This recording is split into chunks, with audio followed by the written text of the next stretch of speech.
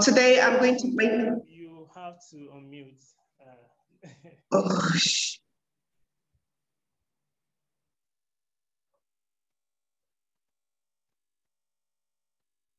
I think Philip muted everyone. So now unmute. Philip, please.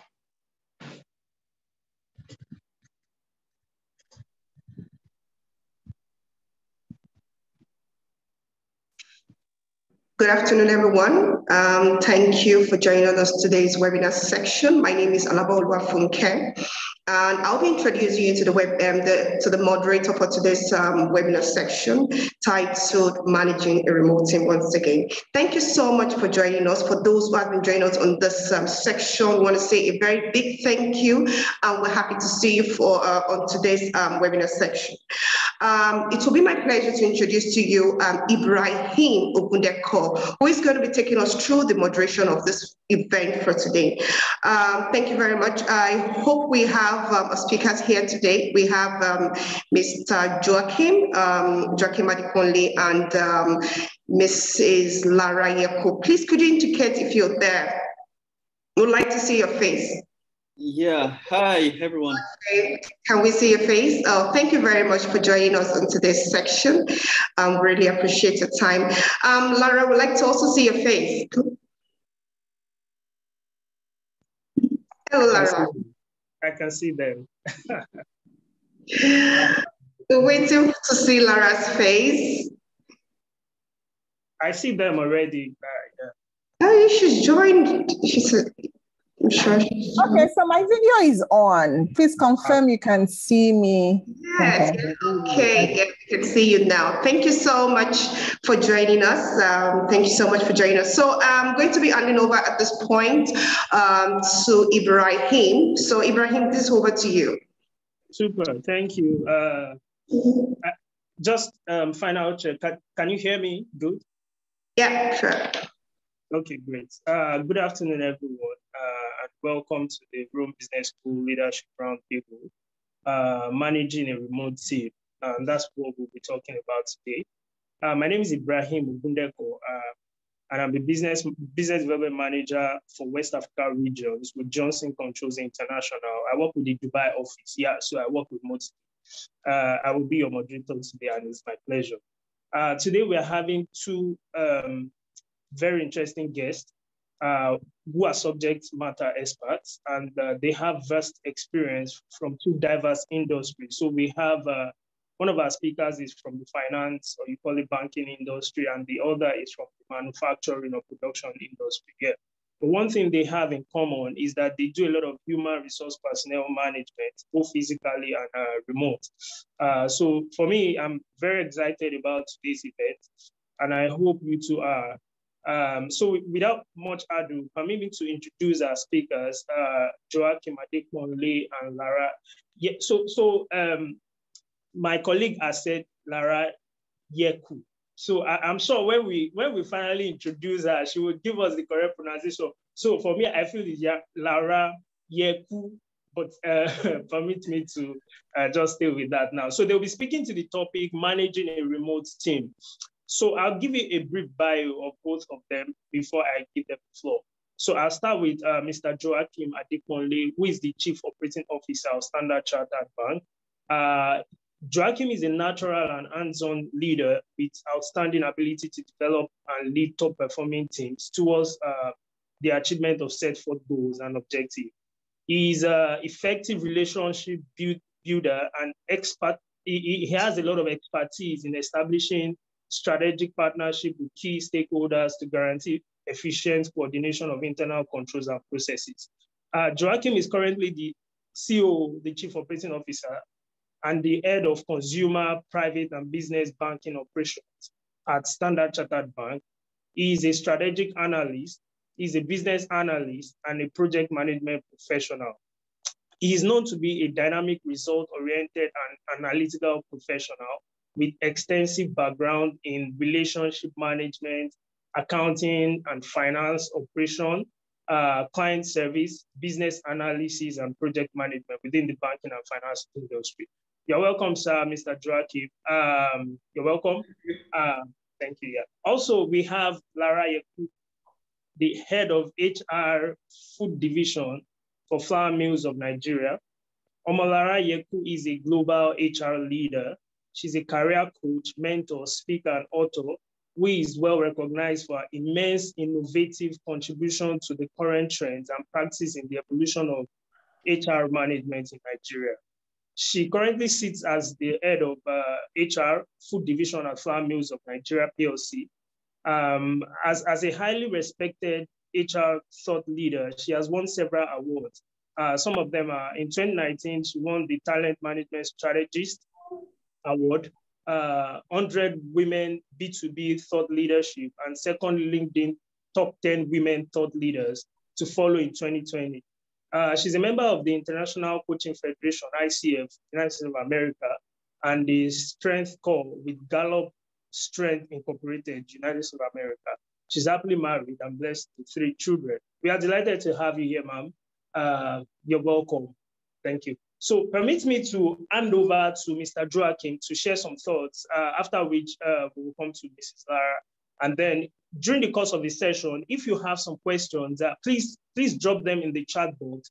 And after the session, we can have our guests do justice to the questions. So Mr. Joachim, you are very much welcome. Please, you have the floor. Thank you, sir.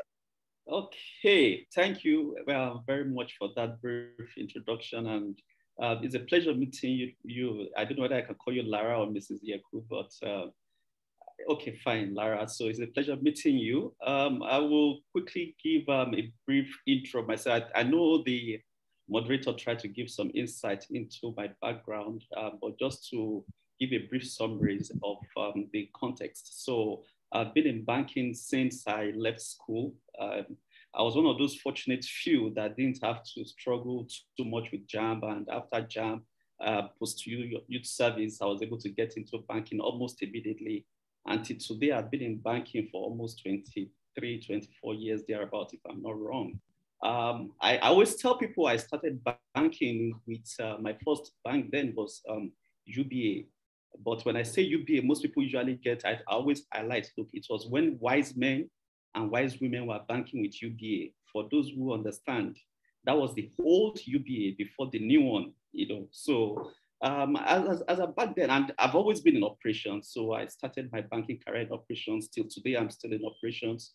And for all of you who realize operations seems to be the core of any business you go through.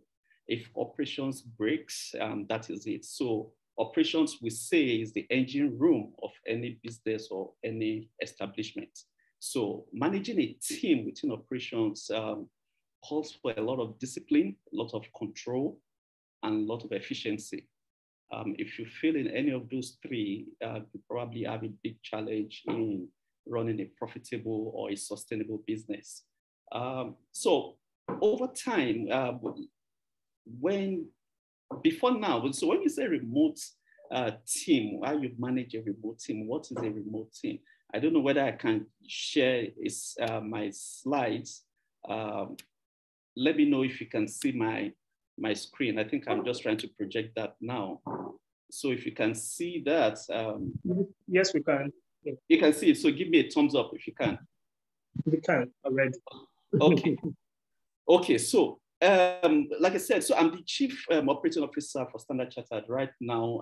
Actually in Côte d'Ivoire, Ivory Coast. So the Anglophobes call it Ivory Coast, but for the French, they call it Côte d'Ivoire. So I'm the Chief Operating Officer there with Standard Chartered.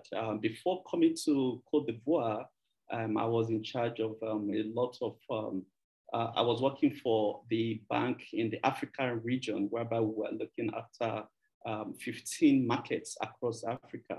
I had teams, chief operating officers or chief information officers, as we call them, reporting into our office then, and we need to coordinate activities across all these markets. So you can call that a remote team because you don't have face to face. But when we say remote team, people always assume this is something that just materialized with COVID. But I would like to highlight that remote team, it didn't just start today with COVID. It started way before COVID or before we all knew. So it has always been traditional that we had remote team. And I think the best is to look at the intro of what a remote team is. And from what you can see in my screen, you see the definition states that a remote team refers to a group of employees who telecommute. I think the emphasis there is you are commuting to work. Commuting to work does not mean that you go to work, but not physically, but through a medium of telecommunication. That is the medium. So once you work with others using that medium, then you could say that you are a member of a remote team. And this concept became more known when we started having technology coming up and people say, oh, now we have remote teams. No, if you go way back in history, at way back at the beginning of time, when you have the old empires, the Ottoman Empire, the Roman Empire, the British Empire, you see as emperors and kings way back then, they tried to conquer and what do they call it? To domineer and conquer territories. Now, for them to do this, they need to actually manage a team of generals that go. So, like I always tell guys, my operations team in operations were like the military. You have an hierarchy, you have the general issuing command, and you have all those down the chain executing. So a team, a military team will be regarded as a remote team because in that instance, you see that you have to do a lot of telecommunications. You don't see yourself face to face. The general, once you are already in one location, you are trying to conquer and you need to move to another location, these nurses, they will call you back to the home office and say, look, you need to change to that. So, and this was how the Romans and the British and all the likes, you have it, how they conquered. And what telecommunications were they used then? Before the advent of telegram, as we know in modern times, they were using pigeons, birds, to send communications between one unit and other to issue directions and everything. So that constitutes a remote team. So I just wanted to put that out there so that we'll be clear that when we say remote team, don't just think it is a problem or managing a remote team is a problem that is new. It's a challenge that has always been in existence from time that has been well understood and well conquered as long as you are ready to follow the standard guidelines on how to manage a remote team. So I wanted to, so look, when you're managing a team, we look at team management from three phases, right? You need to look at preparation, you need to launch, and you need to execute. And I'll give an example. Based on the military command also, if you are going to war, the first thing you need to do is you need to prepare your battle plans, put everything together, the number of resources you need, how you are going to strategy, how you are going to attack, you develop your strategy and everything. Once you have done that, you launch. Launch is you deploy your team. You deploy them to the various locations where they are supposed to be based on your strategy. And once they are in place, the next is to execute.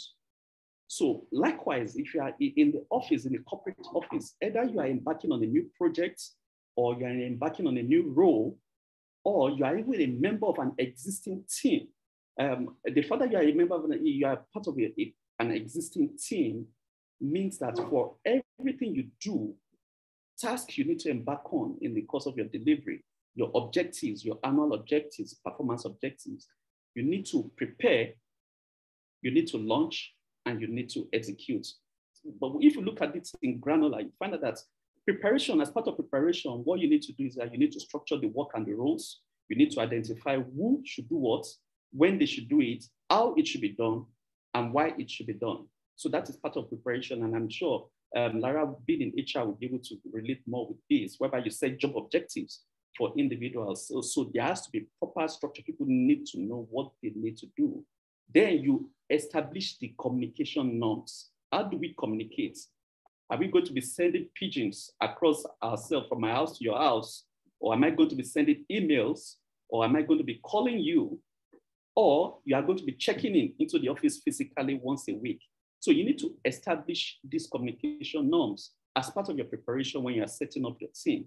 The next is once you launch and you have deployed your team, the team is on ground, they are working already, you need to schedule and conduct launch meetings.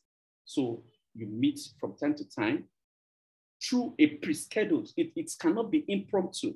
Because remember, these are not people who are face-to-face. It's not I will just budge into your desk or into your office and said, hey, let's get into a meeting.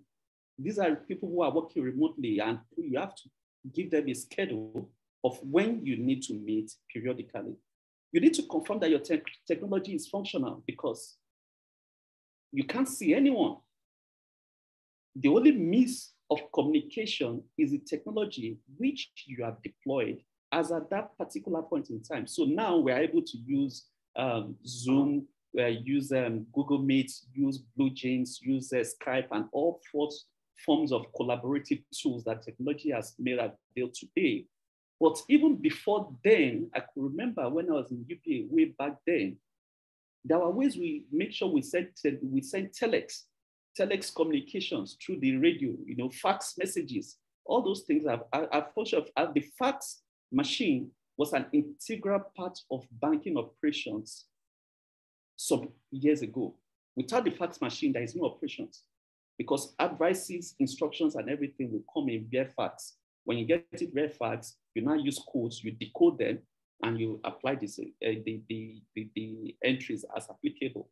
Then the third one, which under launch, is that you need to circulate minutes of meetings. When you deliberate and you say certain things, oh, you have to do this. Akim needs to get this done. Or Lara needs to get this done.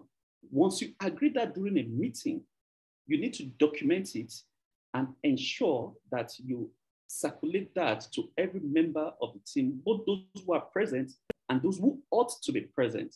Because if I was supposed to be in a meeting this afternoon, I was unable to attend, the minutes of meeting of that particular meeting will give me insight into, number one, the people who are in attendance, two, the deliberations, and three, the actions that have been agreed. And when you talk of actions now, I think you now look at the RACI matrix, whereby you look at who is responsible, who is accountable, who should be consulted, and who should be informed of those deliveries. You have timelines for which those deliveries need to be done and everything. So that is very clear when you circulate your minutes of meeting. Now, coming to execution, which is the third phase. In execution, the only way you can execute is via communication. So remember the example I gave of a military command, whereby you have your army in place and you are about to attack, to conquer. For those of you who are following the current political debate between Russia and Ukraine, okay, Russia has passed the preparation stage. Right now, they have launched, whereby they have deployed troops to the border of Ukraine.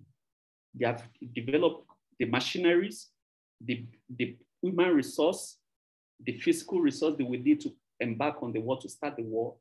The only thing the people on ground over there at the border are waiting for now is the command to execute. So for you to execute, there has to be, number one, communication, because that command needs to come via a means of communication, which has been already established. So there's a chain of command. If somebody else says execute and it's not coming from the agreed chain of command, then there should be a fault that there's something wrong here. You do not have the delegated authority to have given this instruction to execute. Then under execution, you also look at meeting management. Okay, how effective are your meetings? How regular are your meetings? Apart from periodic meetings, do you need to have emergency meetings? Do you need to have crisis management meetings, or as the case might be? You need to look at that as part of execute. Then periodically, you need to look at performance management. Okay, we're embarking on this journey. We want to conquer this territory. In week one, how are we doing? Do you think based on our performance on week one, we'll be able to achieve much in week two? By week three, do you think we'll have executed according to plan, or will be decimated, we'll need backup? So likewise in operations, you have a task to deliver. There are certain things you need to look at. And from periodically, you need to look at it from performance management. Look, from project management perspective, for example, project management convention, now most people are not in favor of the traditional waterfall approach to project management. Now the convention is agile. Agile means you run in sprints, and at each sprint, you evaluate what has been done, and you have a huddle, and you decide on what next to be added in the next sprint. And like that, you are delivering your project. So in managing teams, I believe this is where everybody is now well concerned of, oh, with COVID, everybody working from home, we have a lot of challenge in managing our team because of remote working. But like I said earlier, remote working is not the problem. What is the problem is that most of our workers or colleagues or friends, and the concept of remote working is new to them. For majority, they have been used to the process whereby they go into the office by 8 in the morning, and by 5, they pick their bag in the evening and they leave. But the reality there is that with COVID and technology and the new ways of working that we're having today, the conventional 8 to 5 working in the office is gone. Now you have a lot of flexible working, whereby I can choose to work from home or work from the office. As you can see today, I'm working from home.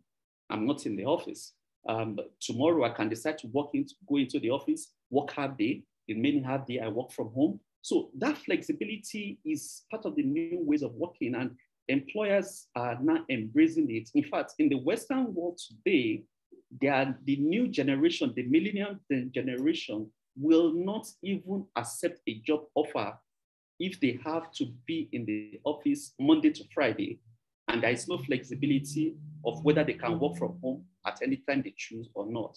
So, but there are challenges with remote working. The first one, you look at lack of face-to-face supervision. For some of us, most managers, especially those who micromanage, they usually have problem with remote working, because then they want to be on top of what the person is doing. They want to know what you are doing, when, at what time, whether you resume at 8. So you see those managers who at 8 o'clock, they will put a register in place. They want to see whether you have resumed to work at 8 and whether you actually leave at 5 or you leave before 5. So they want to monitor and supervise their staff. So that is one of the challenges. With remote working, you cannot get to achieve face-to-face supervision. There is lack of access to information, and this is more for the staff in particular, because when you are working remotely, if something is happening in the office, there is no side gist, no side talk. There is no person of that friend on the next office that will walk down to your place and say, oh, have we heard the latest gist? Management is trying to increase our salaries. They said they're going to pay bonus next week. Oh, there is salary. The salary is delayed due to technology issue. The MD did not approve our payments. All those things. Some of the information might be good, some of them might be bad, but the fact that when you're working remotely, you lack access to certain information. The third one, which was more profound during COVID pandemic, was social isolation, whereby this actually started affecting the well-being of individuals, whereby people feel they don't feel connected. So I have some of my friends and colleagues that joined the bank. They got their interview, they did their interview online, they got their appointment letter online, their gadgets, laptops, everything they need was delivered to them by post. Until today, they are 1 year in the bank and they have not met anybody. So there is that isolation that I don't really feel as part of the team, so that is also. The next one is a distraction at home, particularly in Africa. This was a major issue, whereby most of our environments are not conducive for working from home. Majority don't have desks to work from home. For those that can even afford to buy desks, there is no space, especially in Lagos and the likes of Singapore. If you go to Singapore, whereby people live in cubicles and pods, where will you put a desk to work? So there's a lot of distraction. You have your dog, you have your kids who are also learning from home, or they might just be on vacation to distract you, And those who also have other engagements, so there are a lot of distractions. It's one of the downsides of remote working. Then the last one is, even when you have all your team in the office, social structures usually kicks in, whereby you have groups forming cabals, if I would put it that way. But I think the appropriate term to use is silos, right? So people work in silos. There is lack of collaborations between teams. When you have lack of collaboration, it impacts on effectiveness, team effectiveness. So you have people putting themselves in camps within your team. When you now work remotely, this makes it difficult for you to address such challenges. So before I wrap up, I will now, to address some of these challenges, as a leader, you need to pay attention to the fact that for you to be able to have effective management of your remote teams, there are 3 C's you need to pay attention to. These 3 C's are very important. And like I said, this has been the convention since the beginning of time. In 100 BC, when the Romans were conquering, and expanding and conquering the Jews, and as the case might be, it is these same 3 C's that the Romans were using. It is these same 3 C's that the pharaohs used. It is these same 3 C's that Usman Dan Fodio used when expanding the Sokoto Caliphate. So, and what are the C's? The first one is clarity. There has to be clarity of expectations, goals, objectives, and ways of working. If you remember, as part of preparation, when you are making your preparation, this is when you set all these things, your expectation, your goals, your objective. Once there is clarity within a team, then you know what to do. You don't want to deploy a team, a military team out there to go and conquer Ibadan. And some of them have the thing that, oh, they put us to go to Ogbomoso. Come on. If there is no clarity, you have a serious problem. The second one is communications, both formal and informal, using appropriate tools. I'm sure we all know, when we said, I don't know whether your sessions, you have actually addressed the issue of communications, that informal communications is as important as formal communications when you issue circulars or memos or normal notification, or as the case of body language, management approach to issues, the way management address issues. All those are informal ways of communication. If a management team does not engage its staff appropriately and lose trust in the way they associate with them, even if you're sending formal communications, they won't buy it. They won't buy that approach, and that could be a problem for you. The third one, which is the last C here, is connection. Remember, once you have deployed your team, they are on the field. You are no longer seeing them. There's no more face-to-face interaction. The best you can do is to ensure that you find all ways to remain connected to them. Make sure you do not disconnect, because when the moment you disconnect, the employee becomes disengaged. When they become disengaged, there is lack of the motivation. When lack of motivation steps in, before you know it, all the negative performance issues will just start creeping in, and your results will show it, your performance results will show it. Everything will just go spiral down the line. So connections is essential to maintain morale, to build team relationships, especially when you have those who are joining new. You need to reach out to them, connect with them, assign bodies to them, make sure that they feel part of the team, have periodic non-formal meetings whereby you just check in to see how you are doing, how is your family, how is your health, just to let them have a sense of purpose and to minimize the feeling of isolation, which is common with remote working. I think that is about the 3 C's. So lastly, before I leave you, I think I'll just give, for those who are managers here, tips that you can just take away and note it. When you run out with these tips, you can ensure that managing a remote team shouldn't be a problem. The first one is you schedule daily check-in. How do you check in? Is it by joint meeting or one-on-one? You need to do that. You have to over-communicate. There is nothing like too much communication when you're managing a remote team. You have to over-communicate. Reach them via email, via telephone calls, via WhatsApp or other social media. Just try to reach out to them. Take advantage of technology. Too much technology now. I think the problem we have now is there's too much options for you to use. Take advantage of that to reach out. Like I said, WhatsApp is part of it. Try and reach out and make sure you connect. Establish rules of engagement. Let everybody know what are the rules of engagement. Okay, if we have set up a group WhatsApp for our team, what are the things we can do within this WhatsApp bracket? If it is informal, do we have another medium where we need to do that? So that rules of engagement needs to be very clear so that everybody is in accord. you need to manage expectations, right? People do not need to know that, oh, because I'm working from home, there are certain things I can do, I should be expecting. No, you need to manage all those expectations. Focus on outcomes and not activity. These are for those who are micromanagers. For micromanagers focus more on the activity of the employee.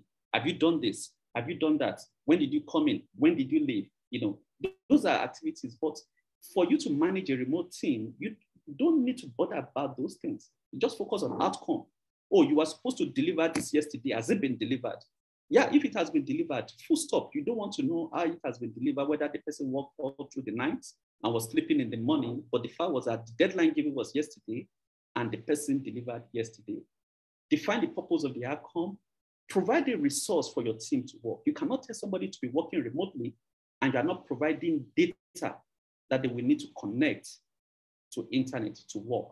You need to remove obstacles from them. If they're having obstacles or challenges, maybe, oh, I don't have power at home. Yeah? If you don't have power at home, that means you can't work remotely, or you might need to go to another location close to your home and work. Encourage remote social interactions, like I said, team bonding, and you arrange team bonding periodically from time to time. Now to the managers, show flexibility. You don't need to be too hard. Exhibit empathy, not sympathy, empathy. Then mentor more than you manage. I think with that, I would like to stop so I can allow Lara to give her own input. And I think on my slide, I give some resources and references for those who might want to check on that. Thank you so much. Yeah, thank you so much. We appreciate, it was very insightful. Personally, I learned a lot and I've taken a lot of notes. So without much ado, I would immediately want to invite Mrs. Lara so that she's an HR personnel. So I'm sure she would also be able to give us more perspective, you know, especially from the management and the HR side of things. So please, Mrs. Lara, you have the floor. Thank you. You're welcome.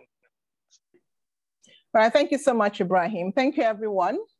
Good afternoon, depending on what area of the world you are. Good afternoon, good morning, good evening. Thank you so much. It's such an honor to have me here today. And thank you, Goachim, for that. That was a fantastic presentation. I mean, listening to you, I just said to myself, so what is left for me to talk about?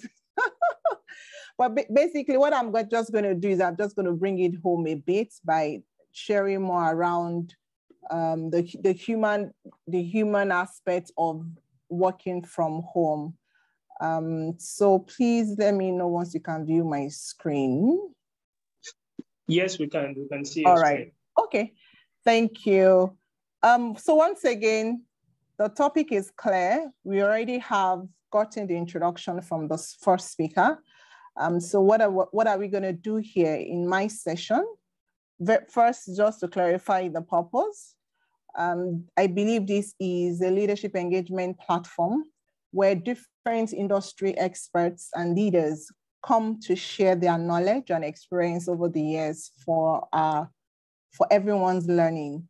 Our objective today is to learn ways, tools, methodologies, approaches on how we can further drive productivity and profitability of managing teams remotely. My presentation is going to be 25 minutes, and then afterwards we'll have the Q&A session so that we can make it interactive.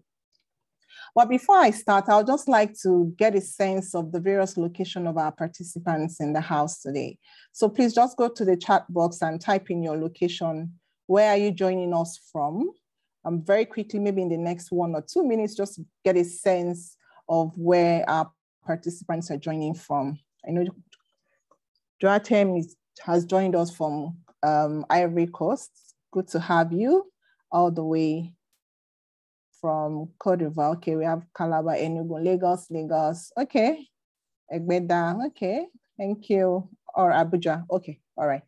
Thanks, everyone. Largely, we have a lot of our participants, okay, from Nigeria and some other people from outside Nigeria. All right, thank you, everyone, once again.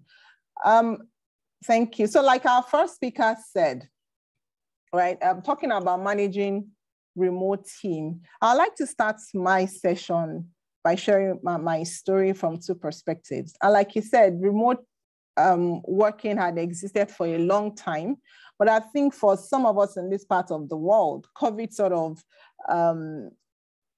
brought it to us, and some companies were particularly not ready. So before I joined Flour Mills, I'd worked with Accenture for 11 years.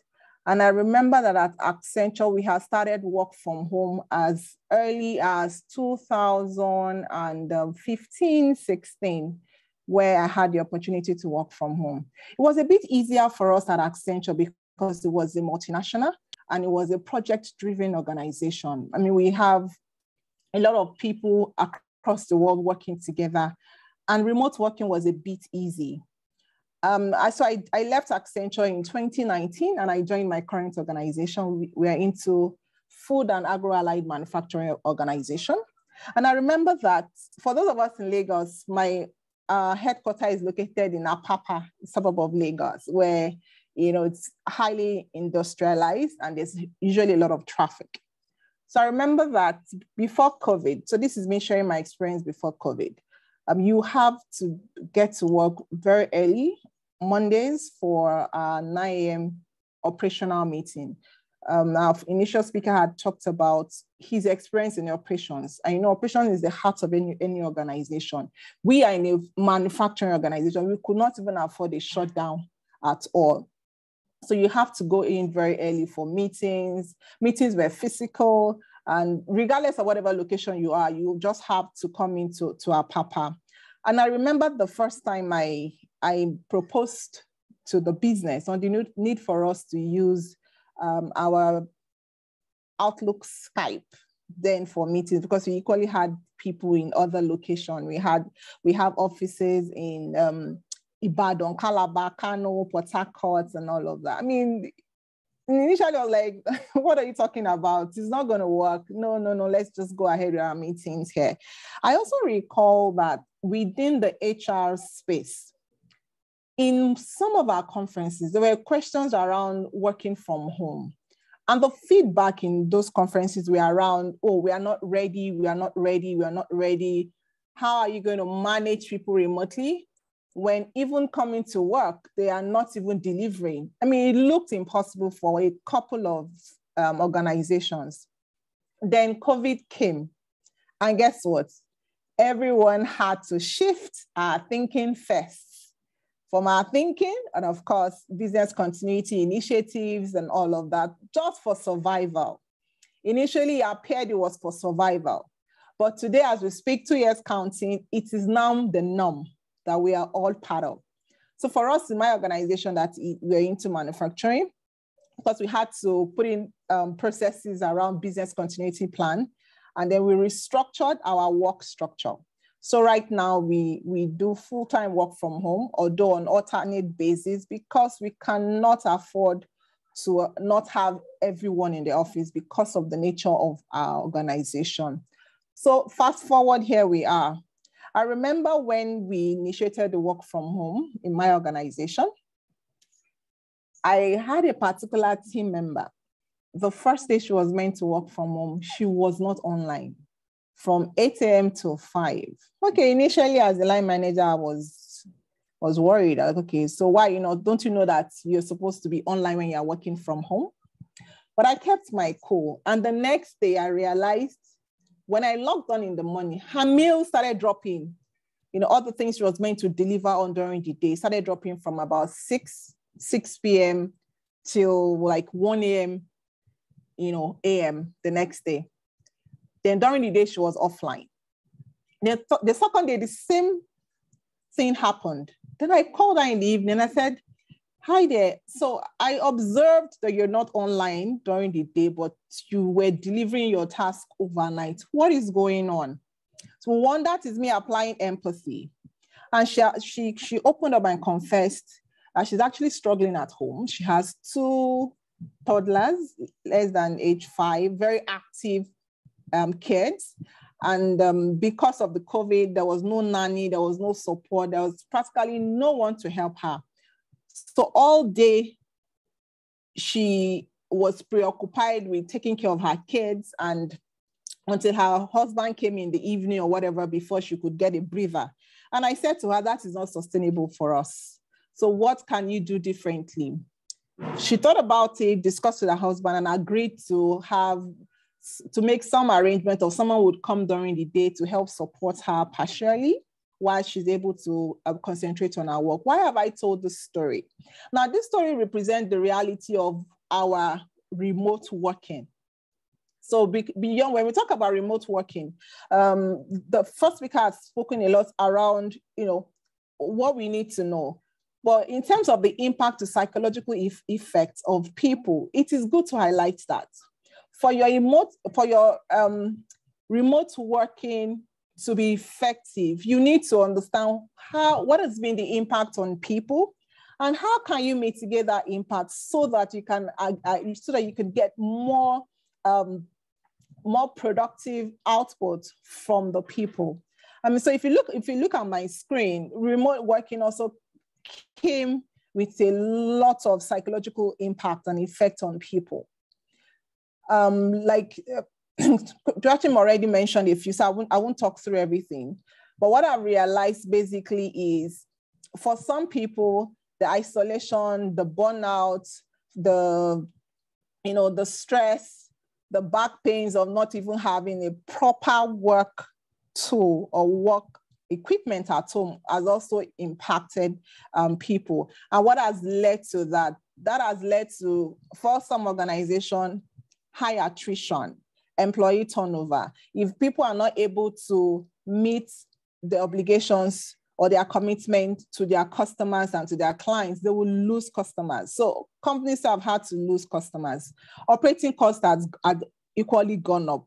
For some people, revenue has dropped. Imagine if your people are not online, even if they're online working, they are not as productive, there are a lot of errors and all of that. So it has had significant impact to organization. Looking at it from the human elements, because for us to be able to drive productivity, we need to look at the human elements from a psychological point of view, because their behavior is what would drive their actions and outcome within the organization. So not being unmindful of all of this that people had gone through, how do we now effectively manage, remote teams, putting all of this into context from a psychological point of view? I won't talk about VUCA, I beg your pardon, because we all know the impact and how it has brought tremendous disruption to our lives, to the way we work, to the way we live, and to the economy at large. But I'll try and make it in a different twist. So like Joachim said earlier, when he talks about clarity, the 3 C's for effective remote leadership, talks about clarity. That is really critical. So it starts with the vision. So for the teams that you're managing remotely, how are you constantly reiterating the vision of the organization to them? Clarity of purpose, clarity of goals, clarity of what the expectations from them are. And so that gives them that sense of, I need to do this. This is where the company is headed to, and I need to be able to deliver. So there's clear vision. There is clear understanding of the expectations as well. Like Joachim equally mentioned, their roles have to be clarified. It's no longer just go and do this, but there's clarity in terms of what the task, what the roles are. Your RASCI model is in place. They know what is expected of them. And then agility, Joachim equally mentioned on the need for us to be flexible. And that comes from a place of empathy. Because I've also realized that when you're flexible with your people, you give them room to be creative. You give them room to be innovative.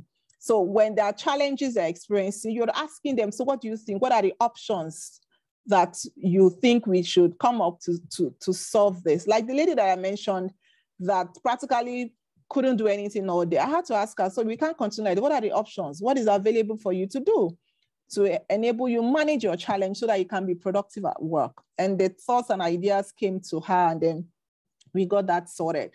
So looking at it from that concept, for me, it's more around as business leaders, how do we continue to shift the thinking from a VUCA of the old VUCA to the new thinking. So it's really for me, is driving the new thinking in leadership that enables us to lead teams more effectively.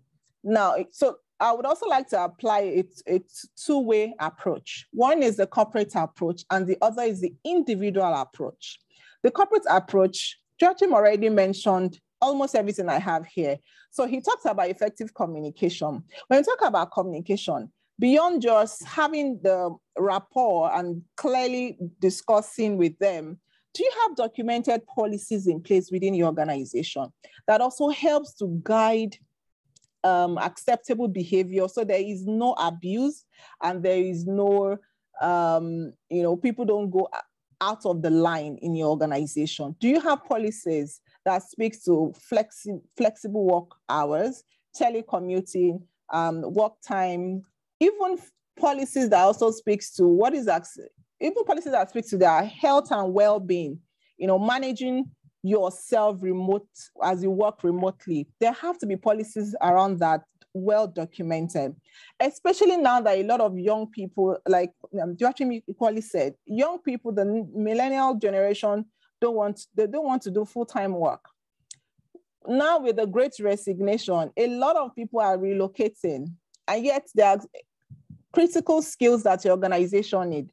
Are there policies that support the ability to work from anywhere, or you just want to see people ensure they're in Lagos before they can work? So you need to look at policies that would really make an impact to your organization.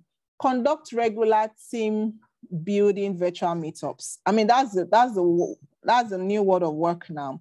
For me, whenever we have team meetings, I try to ensure that I'm asking my people, how are you feeling today? I mean, you can see my face, but you don't know what is in my heart. You don't know the pains I'm feeling. Perhaps if it was a one-on-one physical meeting, you could tell from my sitting position and all of that.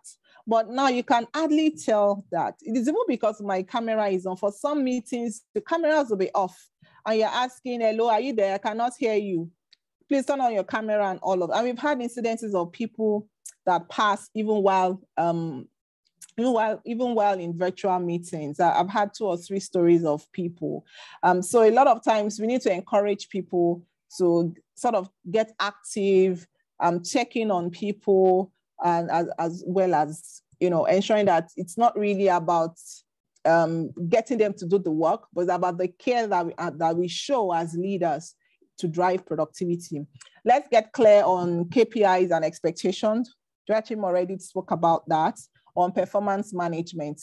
Now it's more around the performance outcome. What do you want them to deliver? What are the tasks? What are the activities that you want them to deliver? It's more around monitoring and evaluating. It's not micromanaging anymore. Like he said, for some leaders that like to micromanage, we need to begin to focus on task outcomes. However, there's a caveat to that.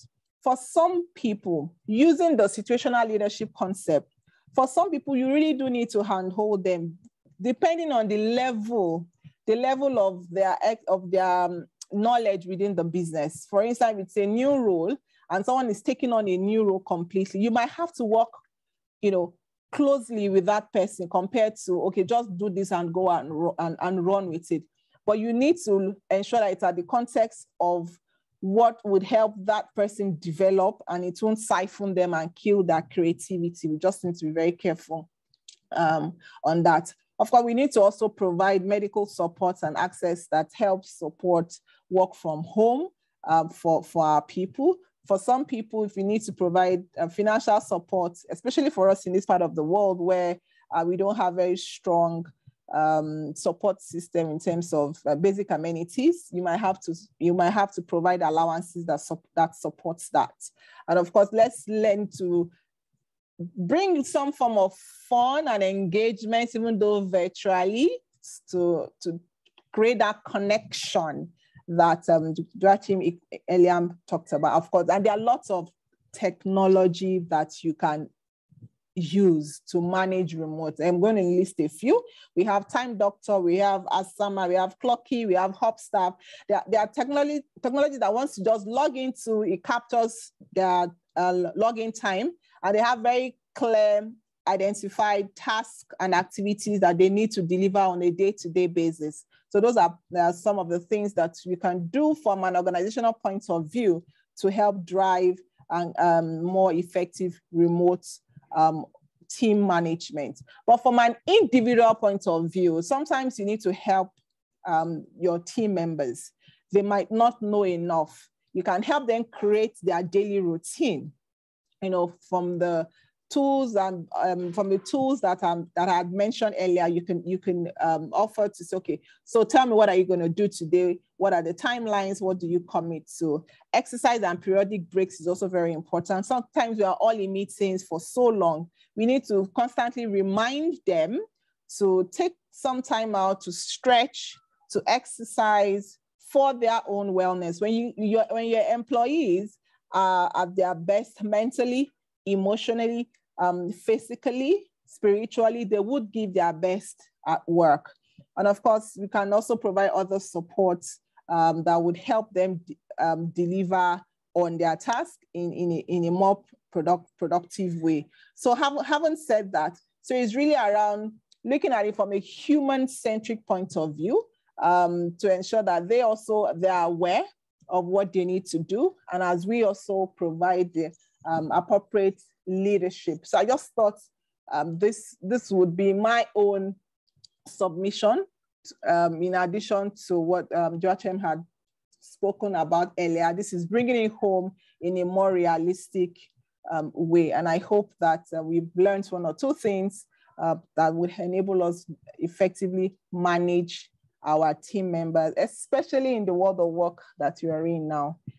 Thank you. Thank you so much, everyone. Thank you. Ibrahim, over to you. Thank you. Thank you. The session for me, both your session and Joachim's session, have been very insightful. I've taken a lot of notes, and for me personally, I work remotely, right? So I can relate from the employee perspective, and it can be a daunting challenge. But I've learned a few things, how to also improve the quality of my work and be more productive. So now we want to take some questions. I have some questions for you. Please, if you would, I would share my screen. So I just put some questions on the screen so that you can see. I have 4 questions here. One is from one of our, by the way, if you are listening in and you have some questions, please, by all means, please ask your question, drop your question in the chat box, and then I will take your question. So I hope you can see my screen. Great. So what I've tried to do is, I've tried to put the questions on the screen so you can see it and we can relate to the question. So I have 4 questions here. So my first question, the first 2 questions are from me. The third is from Wilfred. And then we have one other one from me as well. So my first question will be to Lara. So how do I ensure my workers don't suffer burnout? I know you said some things about that, because now we know that working remotely means bringing the work home, right? So now I want for you to help us list because Rome Business School, we say better managers for a better world. So a lot of people here are also managers. So what are some of the things you can do, like hangouts, trips, and what should be the frequency? How do you also juxtapose this investment with your budget so that you ensure that you are striking a balance? So if we can take that question in 2 minutes, so we can take the others. Yeah. Thank you. Awesome. Thank you. Please confirm you can hear me and see me. By all means, yes, we can. All right, great. Yeah, so the first thing that I would recommend is to do a pulse survey. do a pulse survey within your team to sort of gauge their level of anxiety, their level of well-being as well. Because sometimes when they are burning out, they might not be aware they are burning out. That's number one. So constant engagement and discussions with them. Like I did mention, beyond the work, just create that connection with them. Ensure that they are free to talk, even though they are under pressure. Despite the pressure, they are still able to talk. Ask them, how are you feeling today? I do that a lot of time in my team. Most time before I start my meetings with them, I just ask, guys, in one word, tell me how you're feeling. So if you have an employee that is saying tired, week 1, is also saying tired, week 2, tired, week 3. By that 3rd week, you would have picked that I have an employee that is tired and is burning out. So from constant conversation, connection, dialogue with them, you can tell. Now, if you also realize that sometimes the team has been through certain pressure and the team had worked excessively, technically you can tell that the entire team is burnt out. So look for an avenue to get them to relax or to sort of, what's the word, bond or hang out. One thing I do is I use the dance mate. I dance a lot. So people who know me, who have my number, follow me on status. Fridays, once I leave the office, because my work is very stressful. I mean, I'm managing an employee of over 14,000 across 9 different locations. My work is extremely stressful. So the way that I used to distress is to go dancing.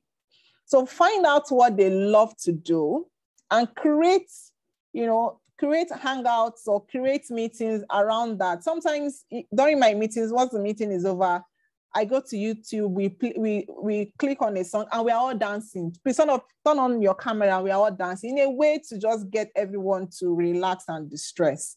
So find out what works for your team, do a survey and create meetups or programs around that. So that's one. In terms of should management change their budgeting style and structure? When you say budgeting style, I don't know, but what I think the question is, should management create budgets for such hangouts, trips, and frequency? And how do we measure that? Yes, management, if it's important, if it's part of your employee engagement costs, yes, you can make allocation for that cost. Now, how do you sell it to management in terms of ROI? So what do you tell management? So what you can say is in terms of employee engagement, you can do your survey before that, and after the engagement, monitor the trend. Are they productive at work? Are they delivering on time? Are the errors minimizing? There's so many other things you can watch out for to be able to measure the impact of, ensuring that psychologically, mentally, emotionally, physically, your employees stay engaged to the organization. Okay, yeah, thank you so much. Thank you. So we quickly move to the next question. So this is from Mr. Draken. So hello, can you hear me? Yeah, I can hear you. I can hear you loud and clear. Yeah, so how do we as employees, how do we renegotiate our package, right? So like I've put there now, that there's no staff boss that is saving you from the, the transport allowance. You are buying data, depending on your work. If maybe, myself, I'm a designer, like I'm a business development manager, but I used to do design. So it means I needed to buy a printer or a plotter in my house so I can be able to do all of this. So what are some of the things? If you can just list like 1, 2, 3, 4, 5, make sure you negotiate for this in your package and all of this here, please. Okay, so I think I will take this from 2 angles, from whereby you have an existing team that works from the office and you now need to deploy them remotely. And if you are coming into a new job that commands remote working. Now, the later is easier. For a new job that commands remote, I think the benefit is more to the employee rather than the employer, because you don't commute. You save money on transportation to and from work. You're working from home, right? You save money from that. You save money from lunch. That's some substantial amount of money in some part of the world.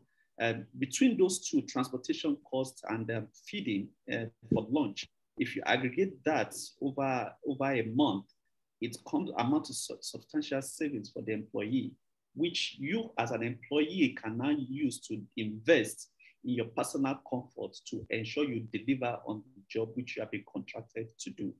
I think that is the easier one.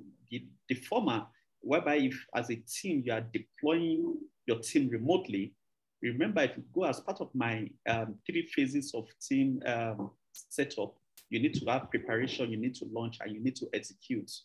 It is the responsibility of the employer before deploying. You cannot send military men to go and fight a war and you do not give them ammunition, you don't give them protective equipment. Okay, so it is the responsibility of the employer to provide those things. Okay, and they don't need to shortchange you in your compensation. So this is, I know from my economics background, Lara, I know HR can attest to it, there is wage rigidity. Once the wage has been agreed, you cannot negotiate it downwards. You can only negotiate wages upwards. So I don't see a situation whereby because you are being deployed remotely, you will be expected to bring down your wage. Your wage might remain fixed, but if you are expecting additional benefit because you are working from home, I would like to say sorry, because it is the reverse. You are benefiting more than the employer working from home. Okay, super. Thank you so much. And I think that addresses the number 3 point also on the field of it facilities at remote location. If you don't have internet, that means you cannot work remotely.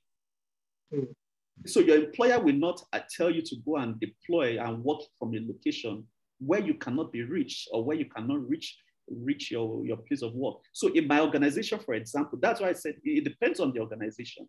In my organization, we have an arrangement whereby we have partners that today I can be anywhere in the world today.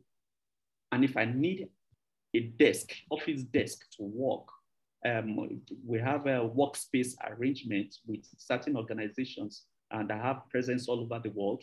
I only need to walk into their premises and I get a desk and the cost is recharged to my organization. So like I said, the organization you work for needs to prepare for your remote working.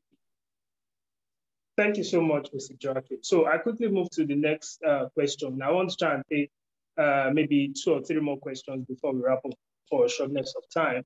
So I'll move to Mrs. Lara. The next question says, what is your perspective about working several jobs remotely? Right. So since you are working from home or you are working, so let's use remotely, but you are working out of station. So there is possibility that you are actually, getting, you are working for 2-3 different companies and within the same time frame. So from the employer perspective, should there be some policies to limit this, or should there be policies to allow this? Yeah. All right. Thanks for that question. I would like to say that one of the realities with the work of now is people need to begin to look at work from a project perspective and not from a full-time employment perspective. So it is one of the changes that is happening in the world of work now, and that's the reality. But having said that, with remote working comes the high possibility of people doing multiple jobs, right? Unfortunately, that is happening, and not a lot of people are sort of getting away with it, but some are not able to get away with it. From a company's perspective, where you have full-time employees within your organization, your policies have to clearly state that people should not engage in dual employment. I had a case very recently. So someone joined my organization, and when she resumed, she mentioned she was still serving her notice period in her former organization. Immediately, we had to halt her resumption because I said to her, "You're in dual employment. You've resumed in my company, and you're still serving notice period 1 month notice period in your former organization is absolutely wrong. And then she made a comment, but people are doing it now. I said, if people are doing it, it is wrong practice.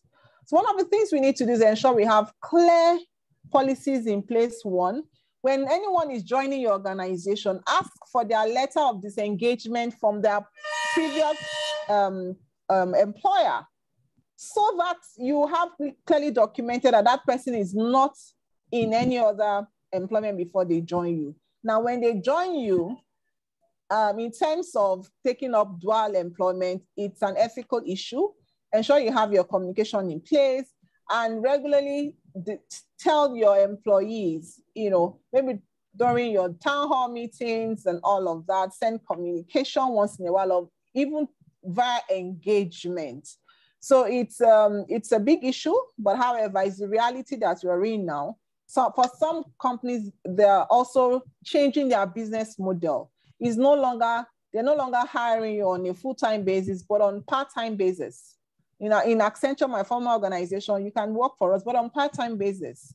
And the world of work we're in now, people are looking for multiple projects to work on and not looking for full-time employment, because they want to be able to find enjoyment in what they do and give it to all and give those expertise to multiple organizations. It's what it is, but taking it from 2 different approaches, you can look at the way your business is modeled, make it project-based, pay people just on project their time, and then everybody goes. Or if it's full-time employee, ensures your policies are in place. And of course, regular engagements would also help check that, but it is what it is right now. Thank you so much. Thank you. I appreciate the response. Before I go to the next question, let me ask my managers. Didactics, I think I still have about 4 minutes for the question session, right? Funke, please confirm. Your mic is muted. Yes. Yes. Okay, thank you. So we quickly move to the next question. So Mr. Joachim, so there is someone here who manages people in the real estate world. So she's saying that she doesn't pay salary but commission, and she has applied several techniques, but it's not working. So do you want to maybe just give some perspective on how she could improve on, running the business?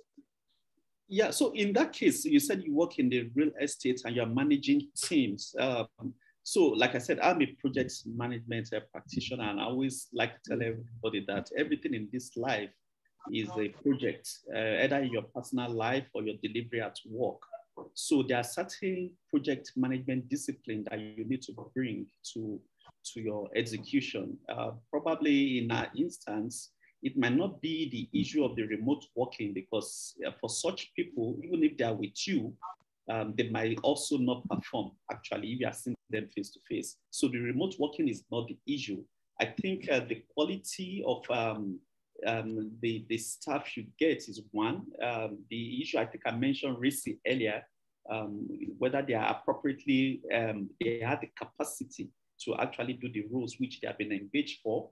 2, whether you have defined their deliverables upfront is 3. Then performance management is another thing entirely, which we'll need to also look at separately. So you have tried to conflagate so many issues into one, but if we break it down, the root cause might not be remote working. It might actually be maybe performance management or lack of poor job objective or job description setup when they were engaged. So you cannot engage a cook and expect him to be a guard. For example, somebody who has a competence of a cook and you deploy the person as a guard, definitely the person is set up to fail. Thank you so much, Mr. Joachim. So maybe I should just add to that. And this is why Rome Business School has one course called Masters in Project Management, right? So I did a master's course, an executive master's in marketing and sales, but there is a course in an executive master's in project management. I think after that course, maybe you might be able to also manage better. So I think I have some more questions, and I think I still have like 3 minutes, so I will fire on. So someone has said, after recruiting top hands, you realize they fall out after a long time, after a long run. Is it because is not a salary job, or is there something I'm not doing to keep them? Thank you. I'm not sure the question was, maybe Lara, if you understand what the I understand that question very well.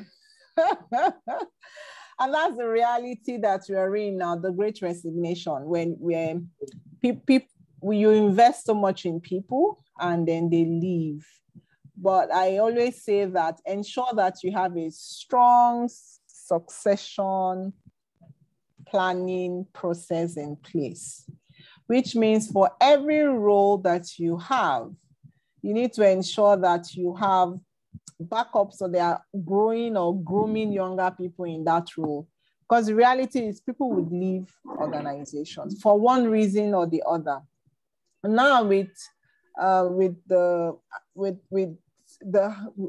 high resignation that we have now, everyone relocating outside the country, with lots of opportunity right now for global work and all of that, we would have high resignations within the organization. But what we need to ensure is to have a very good pool of people that can do multiple jobs. What I mean is, if you have a line manager, ensure that the people, his team members, can fit into his role. It's also important to do a lot of job rotations so people can step into other people's job roles and be able to learn and support, understudy them. So once there's any resignation, quickly you can backfill, you can cross-fill. I mean, every organization now needs to look at their talent retention strategy and business continuity plan. People would go, invest so much in them. UK would come and call them, Canada would call them, Cote d'Ivoire, Ivory Coast will call them, the opportunities here and there. You cannot stop that.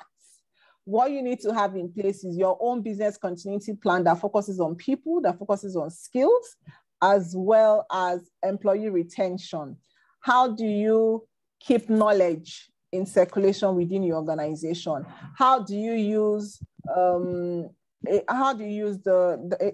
technology as well to sometimes minimize some human roles within your organization? So that process is automated. All you need is just get someone who understands the methodology, the approach, the methodology, and then lead.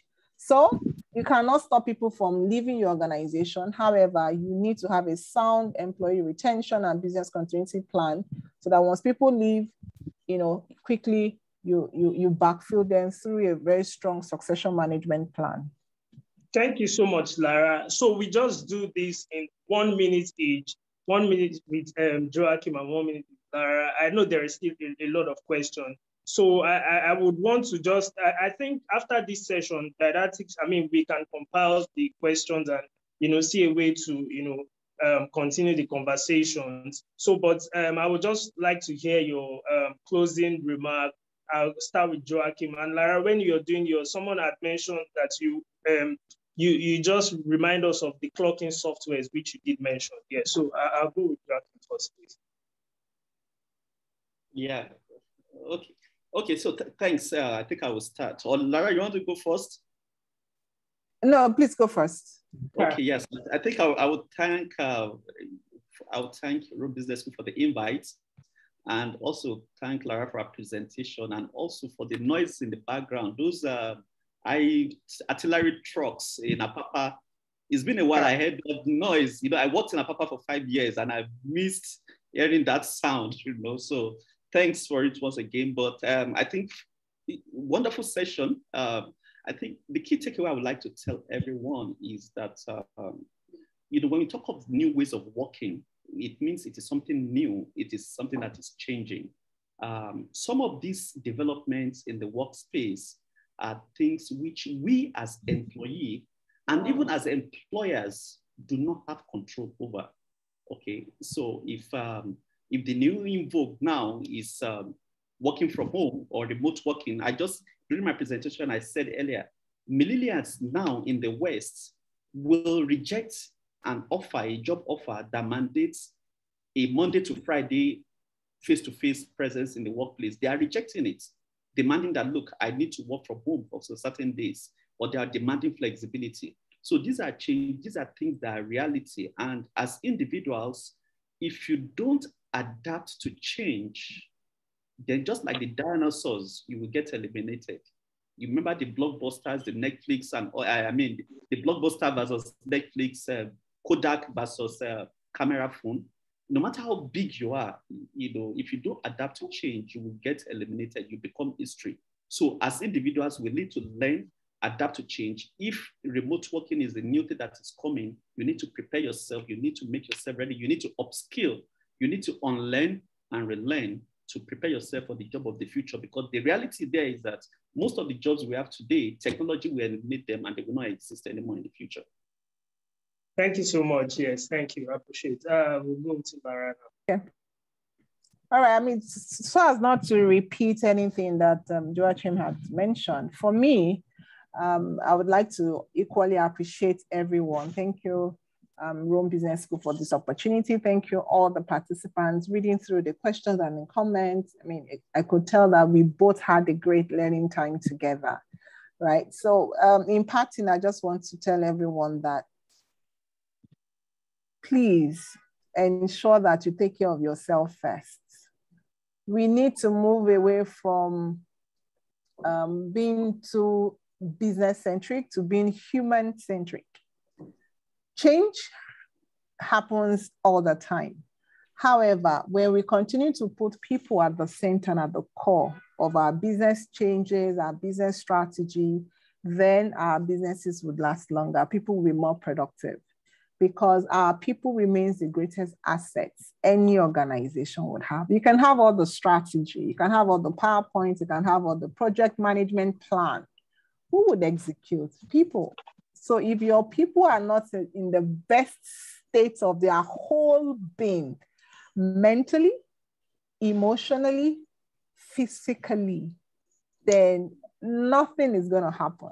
So let's ensure we remain people-centric as much as possible. Let's lead, let's be leaders who lead with purpose, leaders who drive people to achieve things purposefully. For me, the world of work that we're in now, a lot of people they are more aware of themselves. People would tell you, I can't deal, my mental health, and they walk away. So we need to move into a point where we are more caring, we are leaders who care for people, we are companies who care for people. If you care for people, people would care for your business. And that's the honest truth. That's a strategy to ensuring that, people stay productive. When people are productive in your organization, the company will be profitable. Profitability would go up. So let's continue to put people at the core of everything that we do, with care and focus on their well-being, so that they can help the business achieve its overall objectives. Thank you, everyone, once again. It's been a pleasure, and I had a great time learning from everyone. Thank you. The HR Lara came out. I have to. Thank you, Judge. It was nice gracing the same podium with you, Joachim. Yeah, absolutely. So I'm going to yield my time now to Didactics. Thank you all for following and participating. Didactics will just, they have one or two information for us. So I'll yield my time to Didactics and Career Services. Thank you all. Yeah.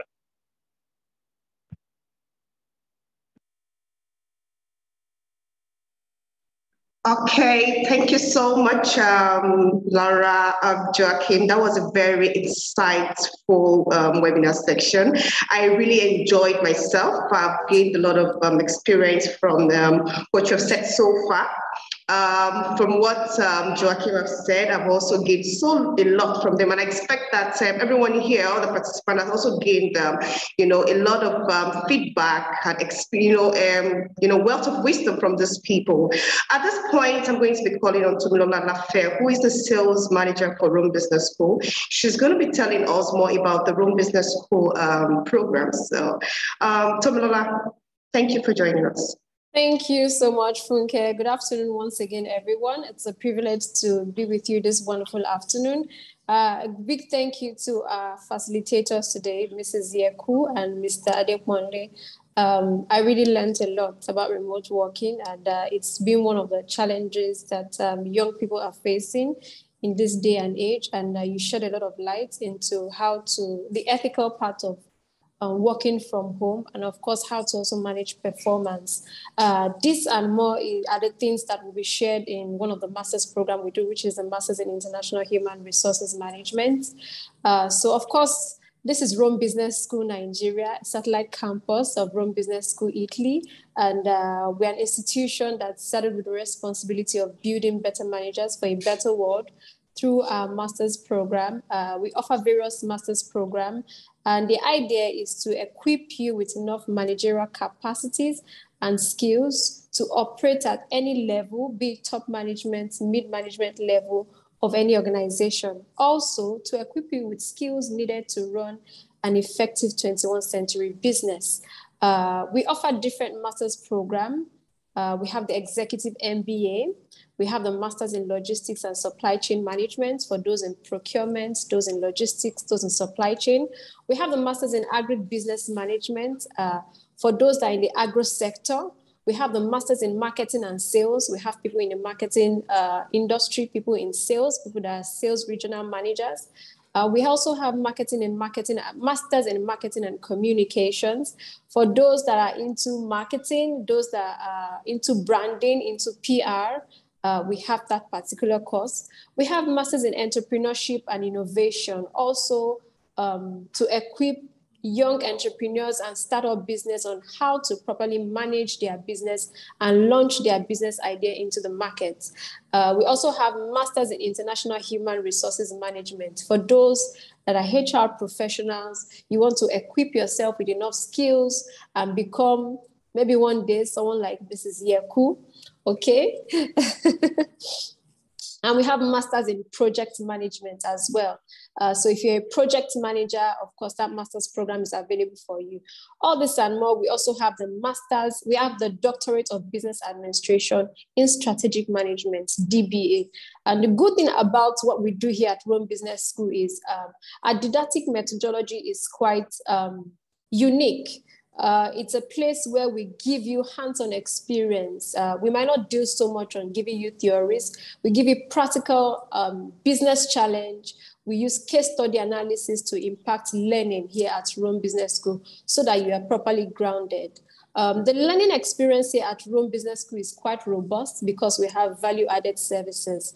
For us here, the goal is not just to hand you that certificate and the successful completion of the program. We take it a step further by involving the career service department. The career service department will ensure that your short-term, medium-term goals are achieved through our various activities.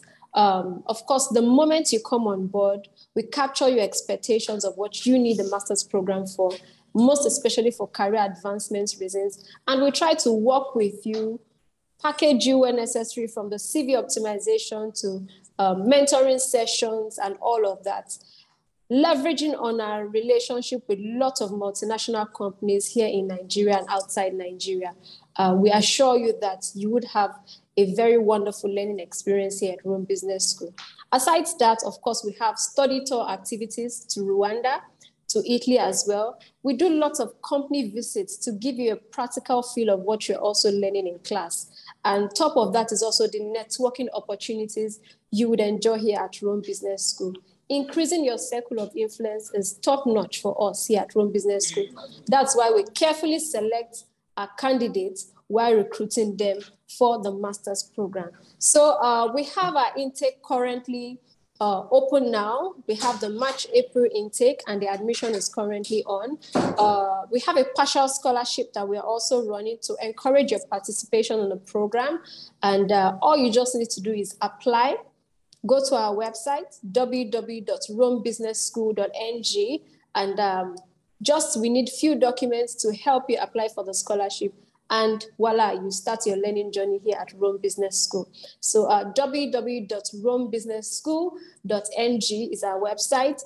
And if you want to send us a direct mail, you can send to info@romebusinessschool.ng. And of course, we'll be happy to work with you, guide you through the admission process seamlessly, and onboard you to start a new learning journey and a step towards your career advancement in life. Thank you very much once again, ladies and gentlemen. We can't wait to have you here at Rome Business School. Thank you very much, Funke. Okay, thank you, Tommy, for that wonderful details about our current program. Once again, I'd like to thank everyone for joining us for this program, and thank you very much, Chiku, for accepting our invitation. And Joachim, we really appreciate your time. We cannot, it's really an opportunity for us today to learn and gain a little bit of experience from this wonderful section. Thank you so much for joining us. I would like to say thank you to our participants on behalf of Country Director Humphrey Akanazo is also extending he cannot be here today because of other busy schedules. So we want to say a very big thank you to you. And also on behalf of our Country Director, our Country Director want to say a very big thank you. And our Dean, that's Professor Ragusa, Antonio Ragusa, is also extending his greetings from Italy. Thank you so much, everyone, for joining us. We look forward to see you in our next section. Okay, Ibrahim. Okay, yeah, all right. Thank you so much. I'll hand over at this point to Ibrahim. Thank you for joining us today. So, Ibrahim, take care. Sorry, I didn't get you. I lost you for 10 seconds. Okay, I thought you, sorry. I was just closing, I thought you wanted to say something to round up the program. Thank you. That's much. Yeah, thank you so much for the opportunity.